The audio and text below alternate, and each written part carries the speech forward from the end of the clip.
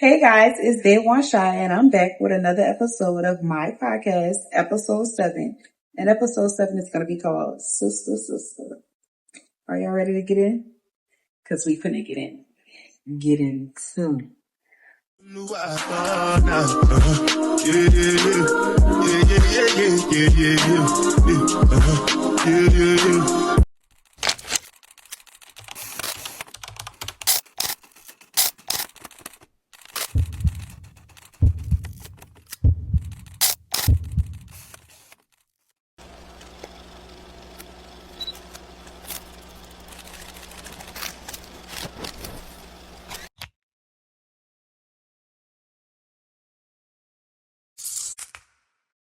All right, so you know we always start the podcast with a little mental health check-in. So of course I want to know, how are you for real? How are you mentally? I ain't gonna lie, the best I have ever been. That's We're gonna good. say that. I'm fine, way better than I used to be. So mental check, we gonna get at a 9. We're gonna get that to a 10 when I'm just all the way like, okay, you're gonna see it before you even. But yes, we're gonna give it a 9. All right, we can do that. We can work with that. All right, emotionally, how are you? I gotta say, I'm okay. I'm gonna go with I'm okay because there's some things that I still wanna fix. So, but the reason I'm gonna give it okay because I know the steps I need to take to get better. And that's good. As long as we can recognize and we're aware, that's always better than just plain being oblivious to our own situations. We never want to be oblivious to our own feelings and to who we are as a person. Nobody shouldn't be able to tell you nothing about you that you don't know about you. Okay. All right, next we got financially. How are you financially? What's going on up in them pockets, girl? What's going on? I'm a billionaire, baby. Let me tell you something. Let me already speak know the game vibes. to y'all about this.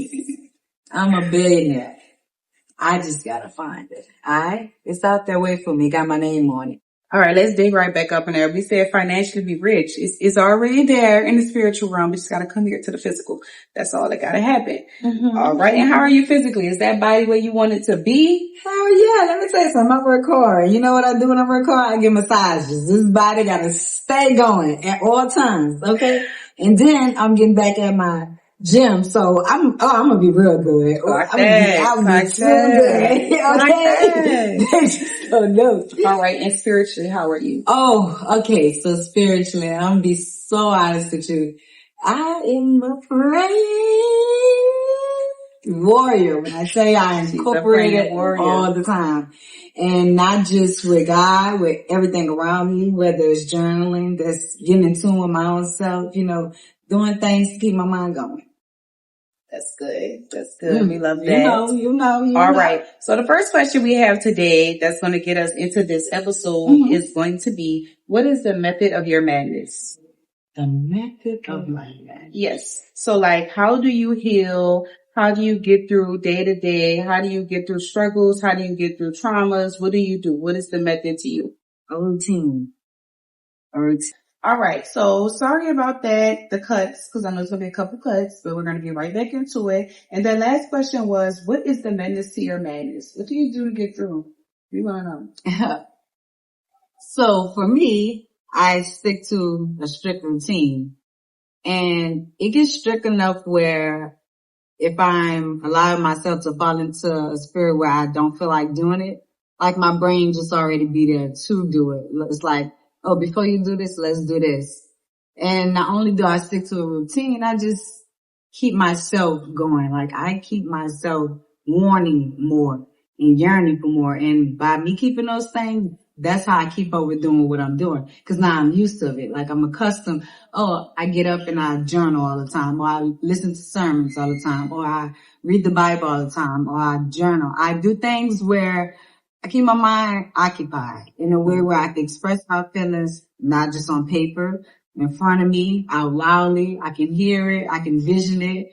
And there's times I even hit up sisters on the phone, you know, my man, everybody, just to keep things like, oh, they ask me, this is how I'm doing. But I have conversations where it's not overwhelming to the next person, but more so like, oh, I understand you. Like, hey, Okay. We might got the same feeling. So we're going to people for listening ear more or less than to like pour our problems. Yes, so you go like that's good. That's really good. And that's something that, yes, that's something that I had definitely had to learn, on my healing journey.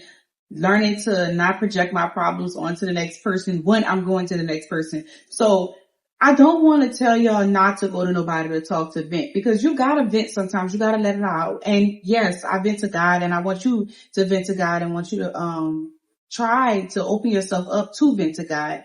But in the same process, I want y'all to know that when you're going to these people to vent, and you're not going to God to vent, you don't want to project yourself onto these people, to project your problems onto the next person, because now this person that's healing, they kind of got to stop what they're doing to focus on what you got going on and to try to help you out and on your journey. And it's like, you just kind of put a lot on the next person. You didn't even look at it from their perspective to see that you just poured a lot onto them. So that's really good that when you're going to people, that you're only going to them for a listening ear and not to project yourself onto them and to make them feel differently. It's comforting. Yes. All right, buddy. Do you feel you're on your path as of now? And in which aspect would you say that you're on your path? Let me tell you something about it. Okay. It's not necessarily a path thing. For me, it's how I wake up and feel. I kid you not. It's how I wake up and feel.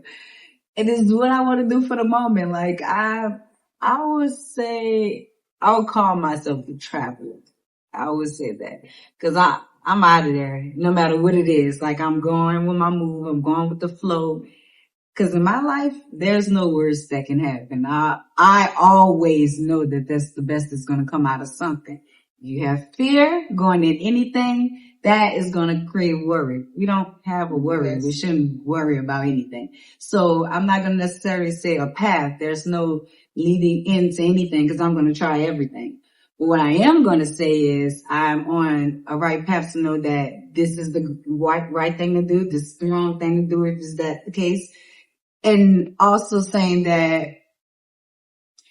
that was at a point in time that it was a horrible time. It was a bad time. So I know the fact that this path is the right path. It has to be. So long as it's better than what it was before, that's enough for you, because it doesn't have to be a specific thing that you are going for. Because like you said, you know and you understand that it could change at any time.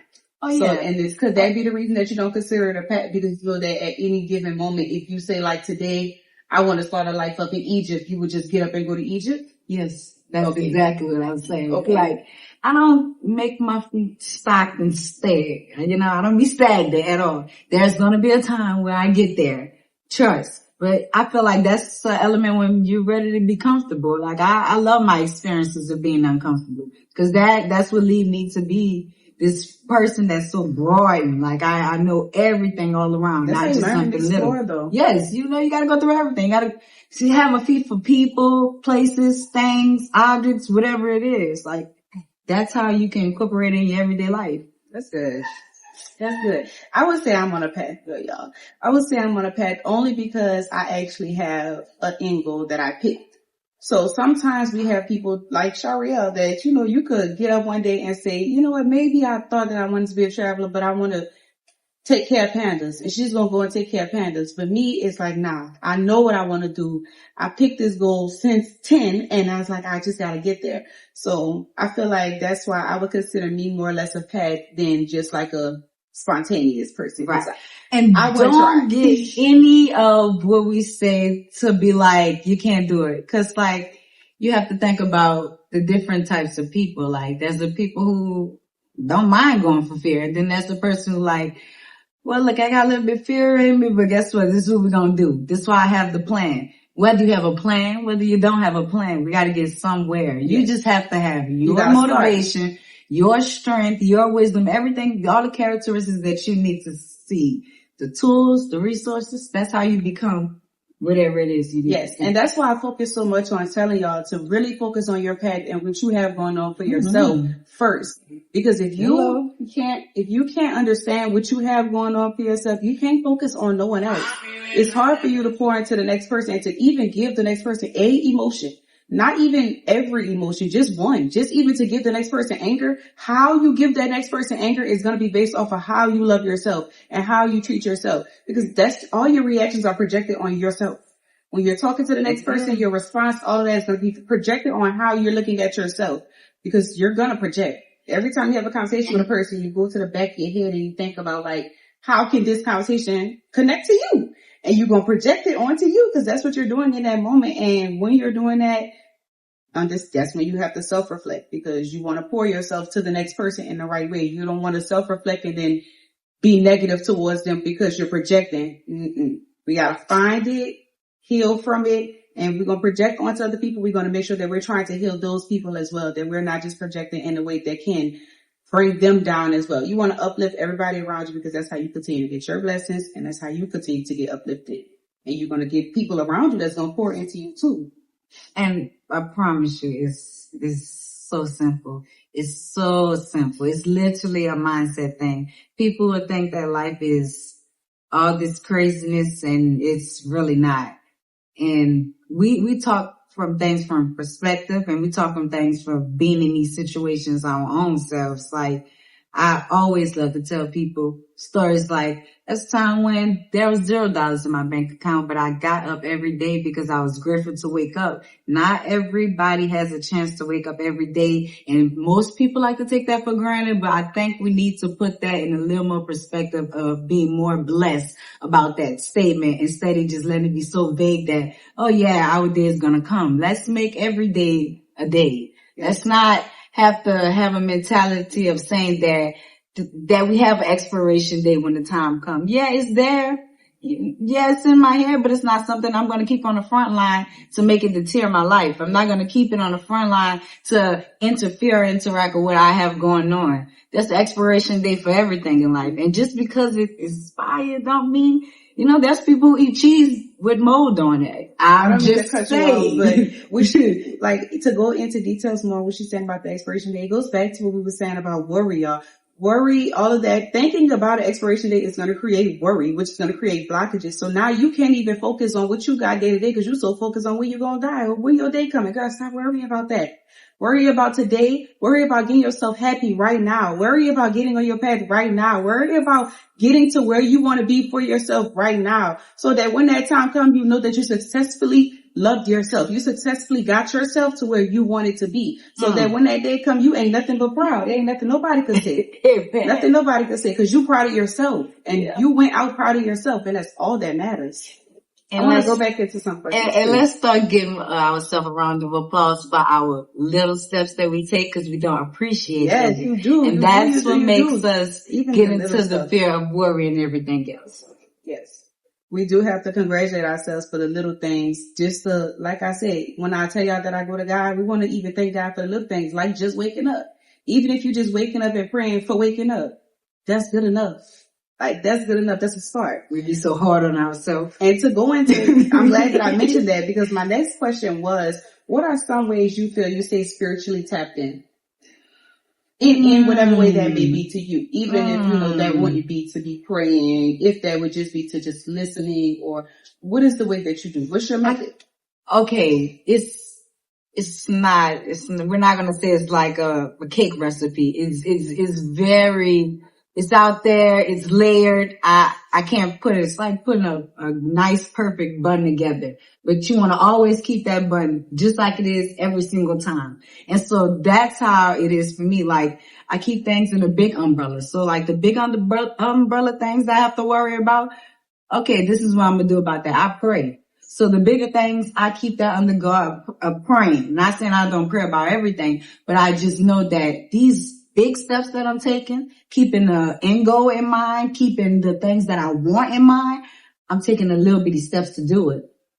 I write. I journal about my feelings all day. I look up prompts. Not only prompts, I look at sermons. I write something down. I'm always learning.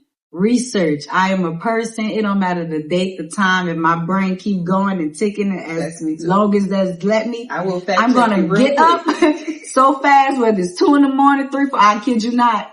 I will go search of what I have to look for. And that's just me. I'm always want to learn. I'm always want to be open. I always want to know. If I have this question, there's something out there that has an answer. Yes. I just got to go find it. Yes. So that is me.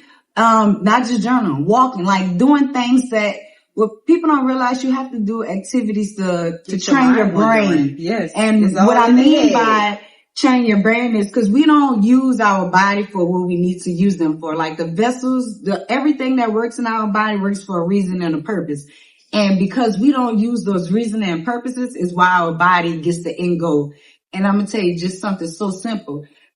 Everybody like to say something about the gym, but it's true. You keep your body going, your blood vessels are supposed to be moving and generating all the time. Your white and your red ones all the time. When we get lazy and we do these things, those things affect our brain. When those things affect our brain, is the way we think. We're being lazy and the whole time you're like, oh my gosh, I can't get nothing done. It's just so as easy as you're being lazy. It's not anything other reason. And that would cause something called a domino effect of everything. You start to think that this one little thing is just as easy as you getting up and going through something that has a ripple effect of how you think. People don't realize that, but it's literally so simple. You could get up one day and do things like take a walk in the park, read. You did something. You took a walk in the park. You read. We don't start appreciating the little things before, the bigger things that's out there. And that's why I really did want to hint on when she said that, to appreciate the little things, because that is enough. Like even me setting up and like, this is enough. This is a start. So long as you're doing something to be able to look back and know that you tried,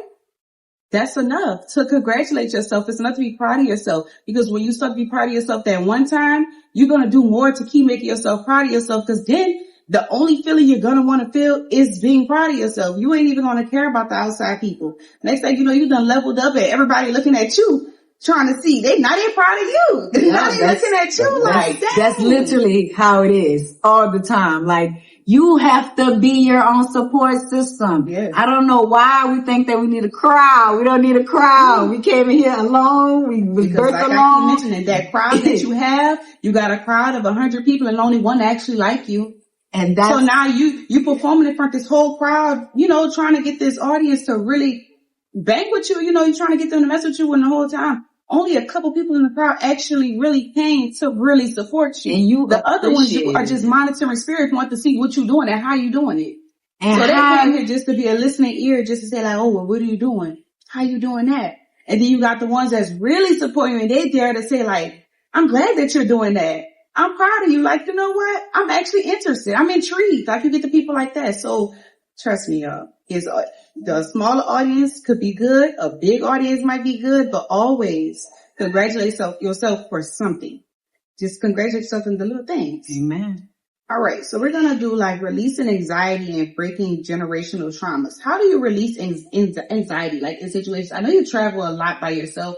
So I know that's a very anxious situation. Even me coming out here, I took a bus out here, y'all. So y'all, a bus, I was so anxious. Anxiety was over the roof. Like, oh my God. I couldn't even tell y'all the first step of how I felt in that situation.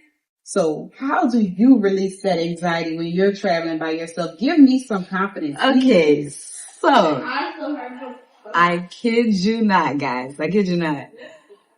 I'm a risk taker. I'm a daredevil.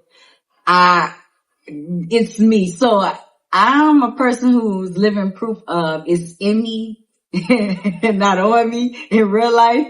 And don't forget your train of thought, but I just want to tell you something. Y'all, we just had a guy watching dang near the entire first portion of this video. And if y'all, like at the corner of my eyes, I can see I could cry right now because I'm so proud of myself. Y'all don't understand. This is the feeling. This is the feeling that I'm talking about in this video. Baby. This is literally a living testimony. Watching this man watch us and it's funny because I set some chairs out right here too. And I even told Shyrealle, I said, I can't think about it want to be an audience. They could sit right here. And then there was, and he listened and his reaction was like he heard. And guess what? That was his message for him, because guess what? God didn't have to break him down. God didn't have to stop him. And be nosy and actually, not even stop him, because he walked past already. Went upstairs and came back down, because God said those are his angels and his children. I need you to go listen. God didn't have to send him to come back down this elevator and to sit here and to listen to us this whole time. So maybe this was a testimony for him. Maybe we just pushed him to the next level for himself. Y'all, we always just have to keep thinking that everything is happening for a reason, because it really is happening for a reason. I And can't be blessed and don't be afraid and be out loud and love and stop being afraid of the emotions that we're supposed to feel because everybody else done put us in a headspace of that we're not supposed to feel. That. Yes. I'm telling because you now. I even told Shyrealle, she's like, oh, love, we gotta go downstairs. Cause I was like, I didn't want to do that. I want to come down here. Yeah, like, and it wasn't that. It's just cause I knew I could overly be myself when I know that I'm in the room by myself. But I also know that when I be in the setting of outside people that I can adjust to it too. Cause it's like, this is a piece of cake. You used to doing it, you know? And we, in a sense, the reason why we could relate to it, cause we were dancers. We were former dancers. We were former gymnasts. We were former cheerleaders. We know how to work a crowd. We have always been in front of a crowd, whether it was millions, thousands, hundreds, or even two people in the room. We know how to work a room. But the reason why our anxiety, oh my God, the reason why y'all, okay, let me just tell you what I'm feeling right now. Y'all don't understand what that just did for me. I don't think y'all understand, but it really did something for me. I am so proud of my sister. I'm sorry to cut myself so short. I'm so proud of her because I knew she can do this and I had faith in her. And it was my faith that I had the need to share to her. I know what she's talking about. She made me cry too, but I don't want to cry. Not too early, mama. I know we're not gonna cry. We're not gonna. Okay, this is what we gotta do. It don't matter. We're gonna get into it all. We're gonna cry. We're gonna shed tears. We're gonna laugh. We're gonna joke. That's what we're gonna do. This is the podcast. What they need to see. This is the real. That's what I said at the beginning. They want it. They want to shine. They want to shine. So here we go. Landed on the floor. But I'm just so proud of her. And I'm proud of her because if she don't see her elevation, I see her elevation. I know exactly what she came through. I have seen the dark rooms and the light. I'm proud of you. So back to what I was saying about this conversation. We know how to work a room. We're never afraid. But how I deal with anxiety, I think about those things that I had to do. There's times when we had to practice dances day in and day out. And there was times where it was a crowd going to be in front of our faces. So we always had to prepare ourselves that we're going to dance like nobody's watching. Mm-hmm. And that's where I incorporate my life with anything. You're going to go out there like nobody's watching. But you're going to go out there with everything that you have been taught in a way that helps you to succeed in your path. And that's something great. That's something, me being respectful, me being honorable, me being always aware of everything, me always, it's who I am. So anxiety, I don't think I have that. Who is she? I used to. Listen to her. I'm like, who the hell is anxiety? I don't know her. I don't think she live at this residence. She don't know her. I think she don't live here. All right. So what about breaking generational curses when we go in there? And I won't even say curses. We have some of those, but I'm going to even more or less go down to traumas, and traumas being like, emotional breakthroughs and not feeling like we can get through to people without even as little as using curse words, using profanity, like breaking those type of curses and things like that. How do you feel about overcoming those type of traumas and curses, and which one would you honestly sit here and say like you broke that and you feel like you're doing better in that way, where you wouldn't even consider that a generational trauma, but you would consider it now a generational breakthrough? Okay, so we're going to answer the last one because it's on the tip of my tongue about my generational breakthrough. And I'm going to say that's with people. And what I mean by this is I have been blessed and fortunate enough to be in the vicinity that I have dealt with people my entire life. Different ranges, different ages, different stages, different ethnicities, all over. And the reason why I say people, and then I'm going to get as broad to say, because, we're talking about these type of things. We could talk broad in general. Family. And I have learned through conversations, through people, through friends, through research, that you have to let people be people. And how I can say that I went through a breakthrough about that, because the things that used to bother me about people does not bother me about people no more. And there's one thing I want to say to give everyone this, where they can find a breakthrough with this situation, is give the people what they're giving you. Stop holding people to a higher standard, because that is how you feel. That's how you get disappointed. Yes. You have to keep them going for what they're worth. And what they're We have to stop giving them their expectations, because not gonna lie, they're showing you the expectations. Who's giving expectations to you? They want you to show up and show out every time, no matter what, no matter how, and get to you how you need to be. So we have to start giving people what they give us. If they give us 30%, give them back 30% with a smile. I never say you have to have an attitude about it. I just say we have to give the grace that is given to us. And stop overly pouring, overly sharing, overly doing these things, because we're only breaking our heart. And the reason why we're breaking our heart, because that's the expectation that we have. How about we lower our expectation? And everybody's going to get to the point where they say, but these are my standards. But those are the people that you had surrounded yourself to be in. So if these are the people, I want to do a little bit of extending on that. She's right. So those are the people you are around. These people that are, I'm gonna put it in terms of how I would say it, honestly. You're around these people that are what you would call low bar. You would say like, maybe these aren't the people that are on my level. And then you get around these people and you hold them to this level that when you're not around them, deep down like, oh, I probably wouldn't do what they do. I probably wouldn't be who they are. But when I get around them, I'm still going to hold them to this queen status of who I think that they could be or who I want them to be, and then you disappoint yourself because they show you that this is who they are.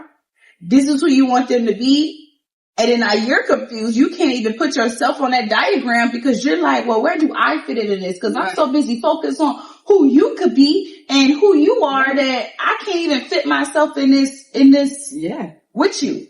So then that's when you got to remove yourself. So I like that. Yes, Thank you do. Thank you. Even to the extent of, I don't need nobody to think that it gets deeper than what it's literally so simple. And I don't think people should understand it has anything to do with status. It just has to do with your behavior as a person. People think too deep into it. In reality, certain people don't be in those mindsets that people be in. And that's okay. I'm not shaming you. I'm not bashing you. I just say you have a little bit more years to learn than I do. I have gotten to the point where I want to sit here and think about it and think on it and learn from it. You ain't there yet. And that's okay. I'm not bashing you for it. I just know that in the years to come, you're going to feel exactly how I feel. Yes. All right. And how do you incorporate spreading the word in your day-to-day conversations? So like when you're having conversations with different people, and then spreading the word doesn't always have to be spiritually, but more or less would be spreading your word, just giving them wisdom. How do you give people wisdom day to day and just in your everyday life, even at work? And, you can even give them a little bit of tea with your new job, and how do you spread some positivity up in there? Okay, so I ain't gonna lie, I don't get a sauce to everybody. Nobody's getting all the sauce. Okay. I'm telling you, it's on. For some reason, I feel like I'm so in tune to say that God sent me the people that He wants me to have a conversation to, because I don't have a conversation with everybody, and that's a great thing. Certain people don't be in the right headspace to have a conversation with them, is what I'm going to say. There's people who's ready to sit down and need to hear something from someone else to get their life together. Then there's people who just want to hear what you got to say to listen to see, oh, maybe I could take this and run of it. And this is how I got it figured out. No, that's not how you got it figured out. That's not how I actually do it anyways. I'm just showing you because that's what you're given. I'm so much in tune that I already read you about what you had going on. But in my day-to-day life at work, I am the most outgoing and bubbly person. I'm a hard worker. I don't play when it comes to work. I'm about my business. So the characteristics of me and how I am at work, my work ethic, everything kind of correlates in 360. So I give it all. And by me giving it all and being who I am, authentic, being me, everybody loves it. Everybody be attracted to it. So people be my aura, everything that I do, how I move, how I get my groove on, how I do my supervisor. I ain't gonna say anything, but they love how I am. They love how I move. They love seeing me and what I do. So a conversation with certain people is easy to me. Some people literally are welcoming, some people are not. But I also know how to cut conversation short, and I also know who to sit here and give information to and who not. And most times when I say I like to tell people I don't like to be religious because I don't like to throw that on people. I like people to find things and have a feel for what they want to for themselves. But I am going to say I always tell people pray. I'm like, I kid you not, y'all. people don't like hearing it. They like to look at certain people and be like, oh, I don't want to hear advice from them because how they like, I kid you not. It's as simple as pray. And yeah, I smile and I look a little good, whatever the case may be, but you just never know what nobody's going through. It don't matter what type of clothes or what type of lips that they got going through. That's because they're fortunate enough to get whatever they deserve. But at the end of the day, you got to hear the message and not the messenger. And I think that's where a lot of people get confused. Yes, that is. Yes, that is. Yes, that is. All right. Going into the next conversation that we have is going to be a little bit in a different aspect of what we're talking about because we're more or less uplifting everyone. Oh, yeah. And, trying to give them the tea and give them the sauce. Definitely. But now we're going to be coming back and we're going to be stepping into ourselves and talking more. So we're going to talk dating. Mm-hmm. Dating. Are you dating? What's going on in the love life of you? What's going on? I ain't married just yet, though, y'all. Okay, no worries, but it's coming. Hey, I'm getting so we're dating. We're in a relationship. I have a boyfriend. Okay. Yes, I'm in a relationship. Yes, he asked me. We love that. I just joking. I like joking. We love that though. But yes, I am in a relationship. It is very heartwarming. I kid you not. I'm not lying. It's amazing. And I could say it's amazing because I actually learn. I'm actually growing. I'm actually listening. I'm actually doing things different. So I'm really happy about that. I'd be happy to talk about that. I love that. We love love. We love love. We love love. But I'm so glad that you mentioned the very first thing you said when you talked about your relationship. You mentioned the word learn. And the first question I have on here is going to be, when we're talking dating, what is your way of learning your partner? Through communication. Really good. I'm going to say through communication because that is how you get your answer. Listening. Not just always move out of mouth, but listening. Like the thing, not also just communication, body language, being aware of a lot of things and taking action. Yes. And so learning for me is when I feel something is wrong or when I know a conversation and when I see body language changing, I see a little high pitched voice and it's just being observant to my partner's not having a great day today. Let's figure out, what's the problem. And it doesn't matter because me and my partner, we keep up with each other all the time. It doesn't even matter if we saying, oh, today was a good day or whatever like that. You still want to pay attention to the little things. And I feel like I'm learning because I never paid attention to those little things because men have emotions and feelings too. A lot of people like to sit here and judge them. And I'm not going to say help because a lot of people take that to be with him and in a partnership, support him. So y'all think of help him as all help. No. Support what it is that he struggled with so he can get the strength and help whatever it is that y'all need as a couple. So learning is what I do. Being observant, being listening, communicating, seeing things that I'm not used to seeing or I did pay attention to, but I'm just being a little bit more, I'll watch about it because I want to be here. We got to be here to succeed. So. I love that. I know y'all gonna be like, we love her. We need more of her. All right, next. Yeah. How do you keep, sorry, it's not what it says. It's not what it is. It's not at all what it says. I'm sorry. How do you continue to keep pursuing to be the woman God called you to be? Because I have a goal. I have a goal that I want to be the best version of myself. And within that goal, I have to think about what is the best versions of myself. And so I think to myself, well, it isn't what it used to be and it isn't what you're going through. It's something that you see yourself more flourishing. Like I'm at a point where, yes, I am here, but I want to be at a point where the presence that is here. Like I don't have to say, yes, I'm here. Mm-hmm. Like it's there. That's how I want to be mentally, financially, physically, emotionally. Like I just want to be a sprout flower, basically. Like I'm just here within the sun, moving and grooving and doing these things. So I feel being the best version of myself seeing the things that I struggle with, seeing the things that weakens me, fixing those things. And I think I'm going to create the best version of her there is. Okay. That's how we're going to pursue that. All right. Next thing, we're going to go into sisterhood. What does sisterhood mean to you? Oh my God. It's so heartwarming. Let me tell you, I got to get really comfortable with this one because it's really deep to me. To me, sisterhood, that's one of my favorite books that I'm going to relate to was saying this, and it's Sisters of the Traveling Pants. I used to read that all the time, and I did incorporate that in my life. I incorporated it so much because that's exactly what it was for me in my life. And sisterhood is like I was doing this alone, and the whole time I didn't have to do it alone. And so with sisterhood, it taught me things that nothing else could teach me because it's here. It's on the front line. It's close to me. It's near me. It's in my vicinity. It's in my reach. Like, I have sisters around me. You know, a lot of people don't have sisters around them. But there's also people who have best friends or best girlfriends or cousins or aunties or coworkers or whatever the case may be. They have these things, but that's just to grow them as a woman.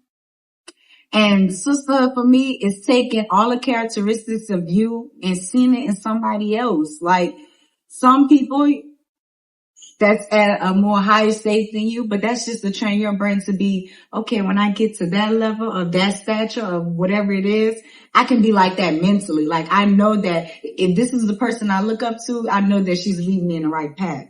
And with sisterhood, they take your little and bits and pieces of who you are and create you. Whether it's a puzzle, whether it's putting you together, it brings the best out of you.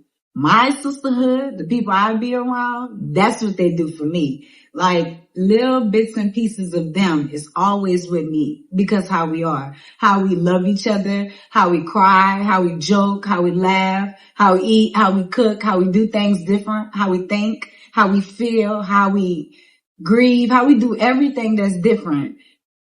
It comes together. It comes to a nature where it's traveling. All of us got something. Mm-hmm. And we needed to put it in within each other together. And that's how I feel my sisterhood is for me. Cause they build me. They have built me. And I adore it so much. And they are the reason why I'm here today. Cause before it was everyone else, it was sisters. Definitely. I would definitely start off by saying, personally to me, once I was first, introduced to sisterhood, and I'm gonna say that in the aspect of not even blood sisters. I'm gonna go more or less of even like having, like, you know, being on a dance team and having like a sisterhood within dance, having sisterhood within like in general, so within females, I'll say. In that aspect, I'll say, sisterhood can be very uplifting. It can be very fun. It can be a nice environment. But what I've learned from outside sisterhood versus internal sisterhood is outside sisterhood is very competitive. You will never get that same genuine love that you're going to get from your internal sisterhood, meaning like your blood sister, or even like, you know, your stepsisters, whatever the case may be. You're not going to find that within just women. And I know you're probably like, well, you know, they do have some genuine women in the world, which they're doing. I'm not saying that all women aren't genuine in the world. I'm just saying that sisterhood can be competitive. It can be comparative. It can be anything. And that's why it's hard for me to have friends, because I prefer internal sister than to have like outside sister. So, and being on that dance team, it showed me that it's possible to have a sisterhood outside of, you know, an internal sister, but like an actual sister. Mm-hmm. But I mean, it just never really works with the outside when you just look at it. And when you know that you're becoming a better person, it's hard to find sisters or even women around you that really, really, really, really, really want the best for you. So in situations where you feel like it's getting a little bit more competitive within your friends, or I wouldn't even use the word competitive. I'll say When you feel like your friends or your sisters are no longer aligning with you, whether this is friends, whether this is cousins, or anyone that you would consider to have a sisterhood with, when they're no longer aligning with you, how should you react? What should you do then? Okay, so I want to reach as far as what you said about sisterhood being internal and external, because I can talk about from my experiences myself. Like I said, I'm a people person. Like I said, I have known people from all over. I have been friends with people all over, different states and things like that. What I can say is, you know who to surround yourself with. And like she was hinting at when she said aligning, that is something that is true. A lot of my friendships that I had, some never had a conversation. Some never had a good ending. Some with time or whatever the case may be, it just went. But all those things were experiences and learning lessons for me. And I'm not going to say we didn't get anything from each other, because whatever it is, whoever friends I'd have been with, we done grown some way somehow with each other, whatever it was. We might not see that now. Well, in your aspect, I do see it because I done healed from a lot of things, but it's just a little bit different for me. I experienced it. There were good times, there were bad times, but I don't count it out. I never count out even going at a shot with a friend again. And that's just even how I am for relationships. Because different experiences was bad for me doesn't mean that I count them out. I always give people a chance to show me that, you know, this is different, you know, it's new. And everybody don't have to be permanent. Like, everything could be temporary. Everything we go in life is, like I said, is an experience. It's a season. It's a day-to-day event. It's something that's going to go on because this is what happened in our lives. Right now, we're in a place where we're doing something different, ended up with each other. We have people around us that we don't know, but they're in the lives of playing a part of what we have going on right now. So you have to think about that. So when you are in tune, or when you are who you are and you meet these people, that was just that experience and that time and that place. So you would say when you're talking about external sisterhood, what I'm getting from that is more or less understanding what's temporary, understanding what's for you, and understanding what really aligns, because it is easy to understand. And then we have to basically go back to the knowledge of everyone is living their lives too. And what I mean by that is, and where it correlates to an alignment is, maybe everybody just, it's not that y'all ain't supposed to be friends. Maybe it's not the right time to be friends. There's people who are my friends that are entrepreneurs. There's people who are my friends who are school women. There's people who are my friends who work. There are different things that they're doing in their life. Is what to say is, we love each other. We respect each other. We do things women should do to elevate to where we need to be. That don't mean we fell out of love. And that don't mean we stop being friends. All that means is we just isn't in the alignment for our lives. And that's okay. Yes. All right. Next. So everyone knows Shyrealle is a aunt. Yay. How does it feel being a aunt? Being a traveling aunt at that? Being a rich auntie? How does it feel being a rich auntie? As y'all can see, I enjoy it. Let me just shout out to my nephew, Mr. Handsome Face. I know he gonna see it. I love you. All right, that's my baby. I don't play behind him. I square up behind him. Anyways, I'm enjoying it. Oh no, I'm actually, I'm gonna be honest. I'd be so sad to see my nephew. That's my baby. Y'all don't understand. He keeps me going. It's bad, so he keeps me going. I'd be like, we around, but I love it because I'd be like, with him too. We just like two big old teenagers in the room. Because whatever he want to get into, I like to get into. Let's do it. Because, you know, I aggravate my sister nerves all the time. That was the plan. That was the motive. You gotta get her. She thought she was doing something to me. Little did she know. All right, next we have, how was it growing up with me? Oh God, hell, please. How was it growing up? It was literally, I kid you not, it was like moving mountains. I'm not gonna lie to you. It's literally learning. When we were kids, we were kids. fighting, cussing, fussing, everything, didn't like each other. It was an experience. It was a lot. But I learned from all of that. Like, I'm a person who loves testimonial things for whatever reason. And we are a living testimony. I don't give a damn what nobody says. And the reason why I'm saying this and the reason why she's stressing this because me and my sister did not have the best relationship. No. But that's because we were finding each other within it. Like, we knew we were sisters, but we had to block out what's on our side to get with them. Mm-hmm. We had to really figure our own self out and be like, damn, I'm really going through this, but I got a sister. I'm really being this way, but I got a sister. I'm really feeling how I'm feeling, but I got a sister. Like, we wasn't really appreciating that we had each other at the time that we had each other. Yes. But I got to admit, I love the fact that we're here now. Because we don't take advantage of it at all. We do not. We don't miss a beat. We don't miss a day. It just full circle every time. So when we say that this means a lot to us, that we not care, it is true. And everyone who knows us know that we have had a moving mountains relationship, but I love it. I think we wouldn't be some strong God-fearing women today if you ask me. Hey, we would been gave up. We would been through in the towel. We did. We threw in the towel plenty of times, but we kept going. We kept knowing that it's something in the end that we got to get to. It's a further goal. So here we are. Yes, here we are. We're on a podcast together. Let them know, sister. Exactly. Here we are talking about y'all. Not all y'all that when we was against each other, looking at y'all and y'all was ha ha ha, point fingers, laughing at us. Hey, look at us. Nice. See, and that's why it's not good. Looking to the right. You see, that's why it's not good to try to paint people against each other. Yes. Yeah. Because all you're doing is working with force to get them together. Yep. No matter what it is, friendships and relationships, clock that T. Yep. Cause y'all, you don't let that one go over your head. Yes. All right, next. Do you want any kids? Kids? Okay, in this relationship, I do want kids. Okay. I do want kids.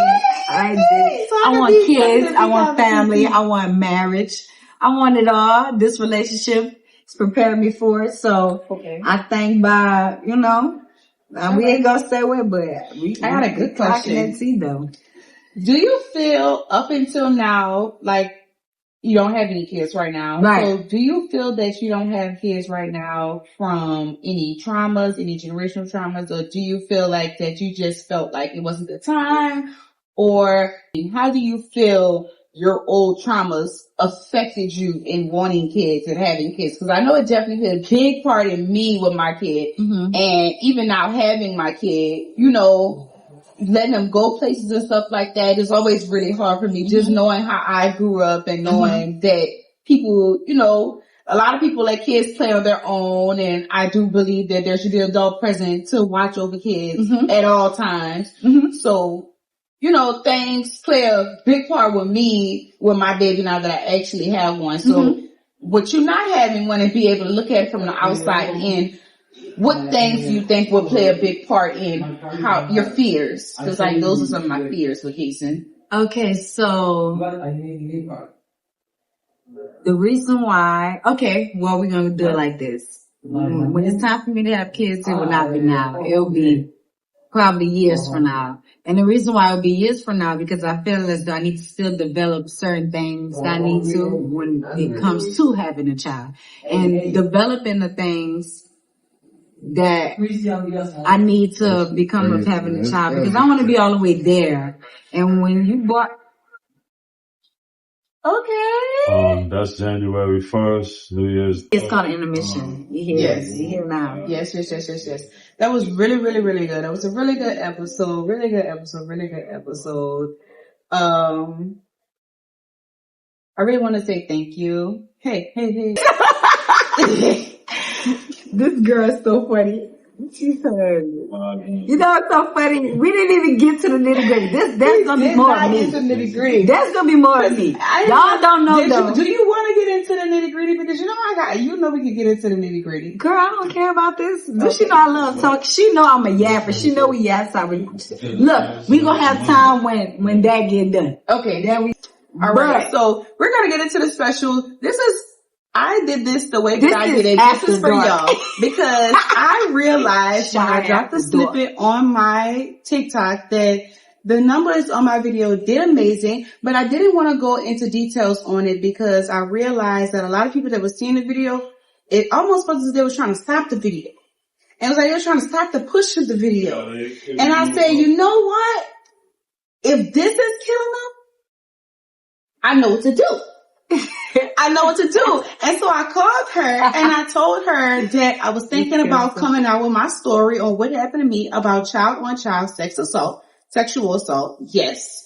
And it's trending right now with Krishan. You know, she had her moment because she's a healing woman that had a baby and now she has the same traumas when it comes to her baby now. So as a healing woman that's going through this stuff, we really want to spread the word on it. And so I wanted nobody other than my sister to be here with me to share the word on it because I know that she went through some assault traumas as well. And we want to spread the word. And like that man said, if God want to use me in a way to spread this message to y'all in this way, then he's going to use us to spread this message to y'all. So I'm going to tell y'all my story and then Shyrealle is going to tell y'all hers. And then actually my mic just went out. So this is going to be real and raw. She said, you know what? It's gonna be real raw. It kept saying just going dead and it finally went dead. So we going to get to the chase. All right. Growing up, it started off fine. It wasn't anything too bad. Then I got introduced to the game Mama Day. How did I get introduced to this game? It's the same way that most kids are introduced to the game. By your cousins, by your family members, etc. But I don't believe that. I feel like we can introduce to this game by the name of the game. Your mom and your dad. And the reason is because when mothers and dads are having a door open and they're doing the do and they're doing all this, you introduce your children to a wandering mind. You create a wandering mind. So now your children with this wandering mind, they want to know more about what was going on when mom shut the door. What was going on when dad paused the TV? What was going on when, hold on. Yeah. What was going on when that time that I was about to see something, it got blocked? What was that? Mm-hmm. So they go to have a wandering mind. They go to figure out what that was. And then now it's knowledge, you know? So with kids all learning and seeing things at the same age, they gain this game, create this game. Mom and dad obviously comes from the creator. Mom and dad comes from seeing that. And you see and you think that, oh, that's what mommy and dad does. So that's how it started.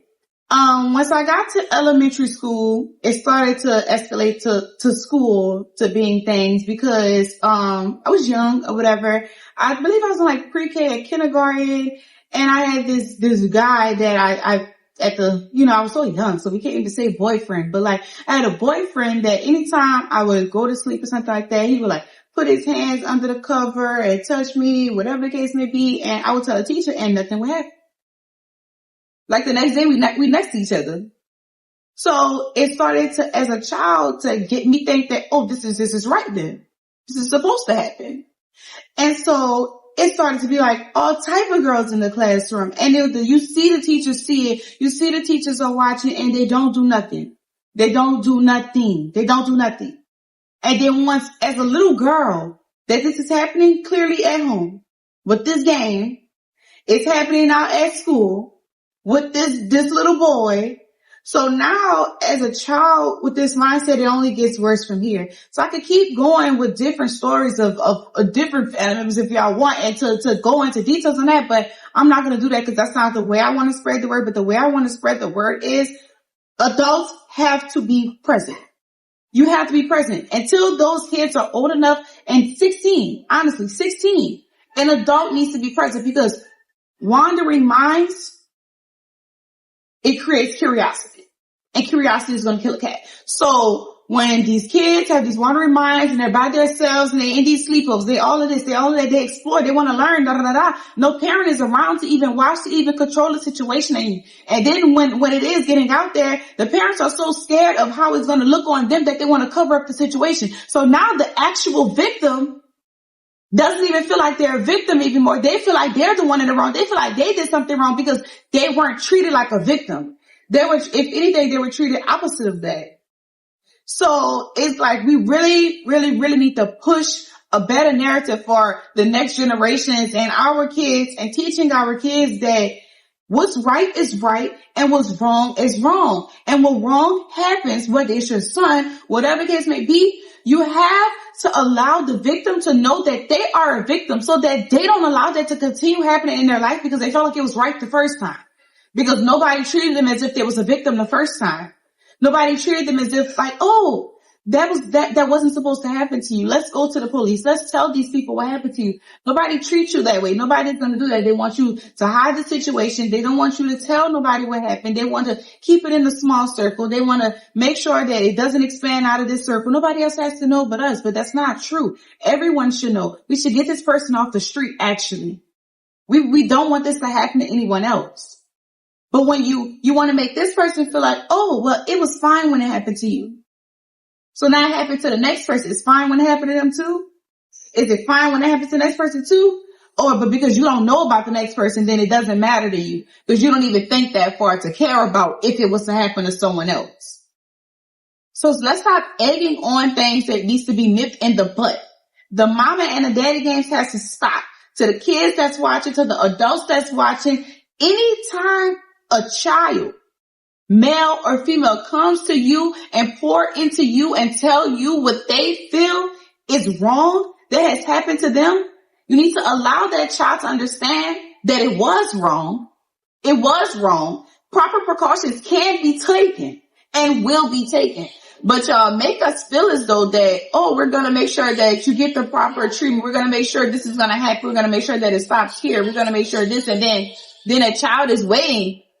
They're waiting for that moment to actually smile and feel like I was heard, to smile and feel like you listened, to smile and feel like I was, like I was delivered, like you fixed the problem. So we smile because we feel like that's going to happen, and then time goes by and it never happens. It never happens. It never happens. It never happens. So you can just lift it up. Okay. But yeah, so we waiting for it to happen. We waiting for it to happen. You never get the results. So you start to stop feeling like you was a victim. You start to stop feeling like your issue was a real issue. And then they start to stop making you feel like your issue was a real issue. They start to manipulate you and, excuse my French, but brain fuck you into thinking that, oh, what you thought happened never really happened. Or to even try to make you feel like, oh, well, yeah, that happened, but it really wasn't that serious. Who are you?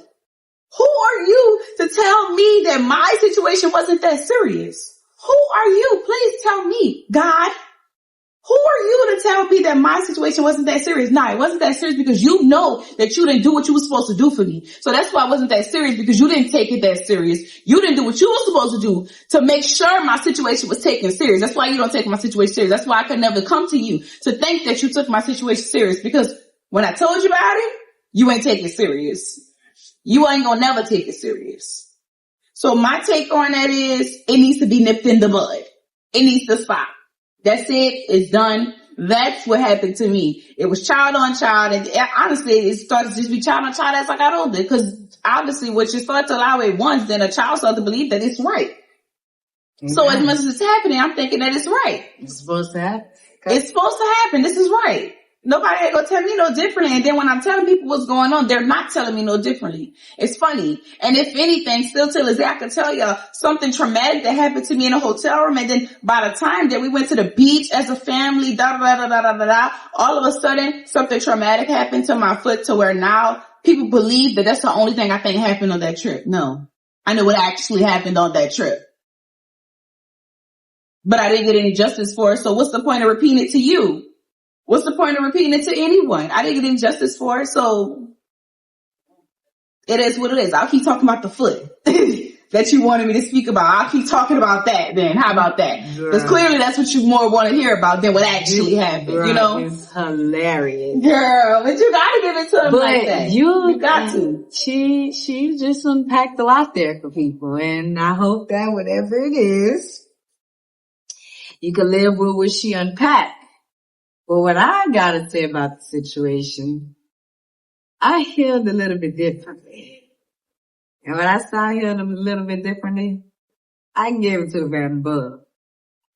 And I I just got to a point where I'm over having a conversation about sexual. So I got over those conversations. I got over those things, and I don't want y'all to think because I'm feeling like this that I didn't heal from it or I'm still going through it or it takes a toll on me, because it's not. I can promise you this is not. It's just so heartwarming to talk about it. Like, everybody think I'm supposed to spread the word. Beat around the fence about the situation. What? It might make you a little offensive, but it's easy for me. Jesus Christ. My grandma lift that up too. Okay. And it said, but it's easy for me. It's easy for me because I've been dealt with what it came with. I dealt the healing process about it. I gave it to God. I done forgave. I done wrote in my journal 3-4 years ago about the situation numerous of times. There were times where I have journals to this day that I have these exact moments, these exact thoughts and everything like that is written down. But my coping mechanism is what kept me strong. It would give me strength that I can talk and carry on. I can have these conversations. I can spread the word. I can have out loud. Yeah, they hurt. I'm a human. Everything done hurted. Anything with anyone. But like my sister said, you're not gonna play me and I'm the victim. Yep. And at the end of the day, I don't need your concern. I don't need your thoughts. I don't need your pity, because I did what I needed to do with that situation. How I handle it or how I didn't handle it. What I do know is I don't incorporate myself with nobody that has dealt with anything with that situation. Me neither. Playing a part about it, being a bystander, being an accomplice, all those things matter, because when you do a crime in the real world, anybody that was around in that atmosphere, the accessories is getting part of the conversation. Everybody getting the conversation about it. So I want you to know, I'm not no dummy. I'm aware, self-aware at that. I healed. I prayed. And guess what? That's why I'm good today, because I can have these laughs and I can have these talks. But God's to know, I see you. You know who you are. We both know. We both was in the same room, whatever it was that went down. But the difference between me and you is this life, you ain't stopped. And most people's lives are in shambles right now, because I'm going to tell you what I tell my sister. Honestly, most of them are. I have a praying grandmother, and I'm that praying grandmother. Yes. Okay? Yes. I just want to put that down right now, lay that on the table. I'm telling you, what you do to me don't affect me. I give it to God. You got to answer to that man. Yep. You got to answer to him. Yep. But I do want to say that situation has grown me. It didn't weaken me. There was times where I was sitting in the corner crying about situations. There was time when I was actually going to work breaking down. There was times where I was weak as hell. There was times when my brain kept on going. It's still to this day. Remember, because we have a brain that captures memories, that captures things, that remembers times, that remember period, that remembers the day of the weather. That's how bad it is of memories that we have. So no, I didn't forget. And y'all get mad at people for remembering. That kills me too. I'm sorry for cutting you off, sister, but it kills me too that y'all get mad at people for remembering. Y'all get mad at people and try to change their story. Not gonna work because of what you feel like is better for your image. To make your story. Yeah, to make yours a good one. You want to change mine? Let me get on here. You want to make your story look good. You want to glitter it up. You want to butter it up. You want to put some gold and refurbish it. Let me tell you something. You could put as much gold on rust as you want to, and it's still rust, baby. I want you to know that. Keep that in mind. Yes. I'm not afraid of y'all. Clock that. I told you who I go to. Y'all should be afraid of him. Exactly. Because when I go to him, he go to y'all. And he go to y'all in ways of karma, in ways of anger, in ways of financially. Then now you're wondering why you can't hold no money in your pockets. Because you hurt.